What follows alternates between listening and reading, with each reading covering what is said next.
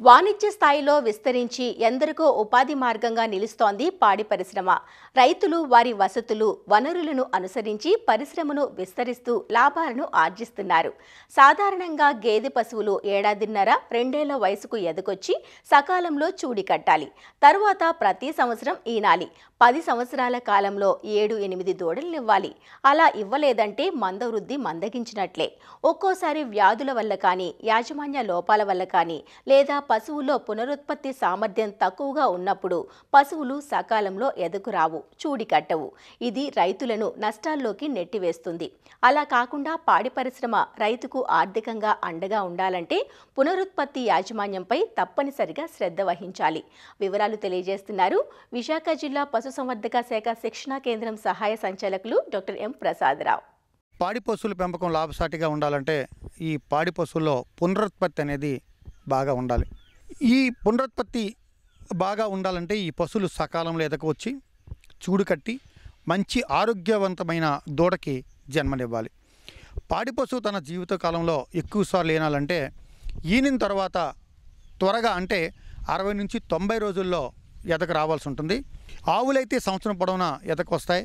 కానీ గేదె జాతి పశువులు కేవలం శీతాకాలంలోనే ఎదకు వచ్చి చూలు కట్టే అవకాశం ఉంటుంది. సాధారణంగా పశువులు ఈనిన 45 రోజుల తర్వాత గర్భాశయం సాధారణ చేరుకుంటుంది. కాబట్టి ఈనిన తర్వాత మొదట వచ్చే ఎదలో చూడు కట్టే శాతం చాలా ఎక్కువగా ఉంటుంది. కాబట్టి 2 నుంచి 3 నెలల వ్యవధిలోనే ఎదకు వచ్చేలాగా సరైన జాగ్రత్తలు అనేవి తీసుకుంటే ఈ చూడు కట్టే శాతం ఎక్కువగా ఉంటుంది. తర్వాత రైతులు ఒకసారి ఈ ఎద ఇంజెక్షన్ వేసిన తర్వాత మళ్ళీ ఎదకు రాకపోతే చూడు కట్టింది అని ఒక భ్రమలో ఉండకుండా 3వ నెలలో చూడు పరీక్ష అనేది తప్పకుండా చేయించాలి. ఒకవేళ చూడు కట్టకపోయినట్లయితే తగిన చికిత్స చేసి మళ్ళీ అవి ఎదకు వచ్చేలాగా చేసి ఈ కృత్రిమ గర్భధారణ ద్వారా టీకా ఇప్పించాల్సి ఉంటుంది. తర్వాత పోషకాహార మేపులో కూడా తగిన జాగ్రత్తలు తీసుకోవాలి. పునరుత్పత్తి ప్రభావం చేసే పోషకాలలో ఖనిజ లవణాలు, అదేవిధంగా విటమిన్లు కీలక పాత్ర పోషిస్తాయి.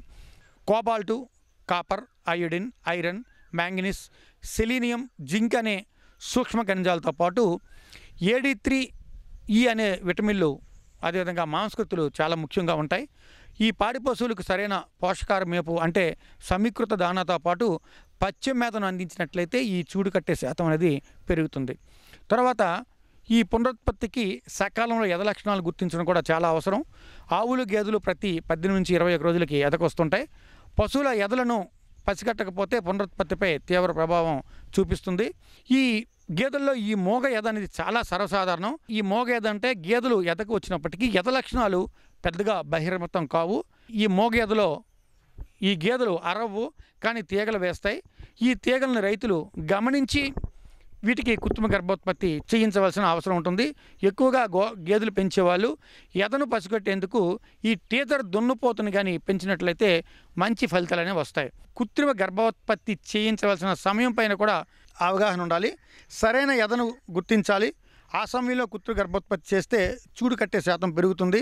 మామూలుగా ఆవుల్లో అయితే 18 నుంచి 24 గంటలు, గేదెల్లో అయితే 24 నుంచి 36 గంటలు ఈ ఎదకాలం ఉంటుంది. ఆవుల్లో మధ్య దశలో అంటే ఎదకు వచ్చిన 12 గంటల తర్వాత అంటే ఉదయం వస్తే సాయంత్రం, సాయంత్రం వస్తే మరుసటి రోజు ఉదయం ఈ కృత్రిమ గర్భోత్పత్తి అనేది చేయించాలి. గేదెల్లో అయితే ఉదయం ఎదకు వస్తే మరుసటి రోజు ఉదయం అంటే 24 గంటల తర్వాత ఈ కృత్రిమ గర్భోత్పత్తి ఇంజెక్షన్ని ఇప్పించాల్సి ఉంటుంది. పాడి పశువులు సకాలంలో ఎదకు రాకపోయినట్లయితే మనకి ఈ పునరుత్పత్తిపై ప్రభావం చూపిస్తుంది. కాబట్టి ఈ గేదెల్లో ఎక్కువగా ఈ సమస్య వస్తూ ఉంటుంది. దూడల పోషణలో శాస్త్రీయ యాజమాన్య పద్ధతులు పాటించడం, ఈనిన పశువుల పోషణలో నిర్వహణ, అదేవిధంగా మేత, దానా ఇవ్వడంలో సరైన జాగ్రత్తలు తీసుకున్నట్లయితే ఈ సకాలంలో ఎదక రాకపోవడం అనే సమస్య నుంచి గట్టెక్కడానికి అవకాశం ఉంటుంది. కొన్ని పశువులు సకాలంలో ఎదక వచ్చి గర్భధారణ చేయించినా సరే చూడు నిలబడక పలుసార్లు ఎదకి తిరిగి వస్తూ ఉంటాయి. గర్భకోశ వ్యాధులు, హార్మోన్ లోపాలు, ముందు ఈతలో మాయి వేయకపోవడం, ఈనేటప్పుడు ఇబ్బందులు, మొయ్య సమస్యలు వంటి కారణాల వల్ల ఇలా జరగవచ్చు. కాబట్టి అనుభవజ్ఞమైన పశు వైద్యులతో ఈ నిరంతరం ఈ పరీక్షలు నిర్వహించడం వల్ల ఈ తిరిగిపోవడం సమస్య నుంచి మనం గట్టెక్కించడానికి అవకాశం ఉంటుంది. కృత్రిమ గర్భోత్పత్తి చేసిన తర్వాత పశువుల్ని ఎక్కువ దూరం నడపకుండా తగిన విశ్రాంతి ఇచ్చి పోషకాహారం అందించాలి. గేదెలకు కృత్రిమ గర్భోత్పత్తి చేయించిన తర్వాత నీళ్ళలో కడగడం లేదా చెరువులో ఈత కొట్టించడం వల్ల కూడా ఈ చూలు శాతాన్ని పెంచడానికి అవకాశం ఉంటుంది. ఈ విధంగా రైతులు పశువుల పునరుత్పత్తి సరైన యాజమాన్య పద్ధతులు పాటించినట్లయితే సకాలంలో ఈ పశువులు ఎదగవచ్చి ఒకే కృత్రిమ గర్భోత్పత్తి ఇంజెక్షన్ ద్వారా చూడు నిలిచి మంచి ఆరోగ్యమైన దూడని జన్మనివ్వడంతో పాటు అధిక పాల దిగుబడి ఇవ్వడానికి అవకాశం ఉంటుంది.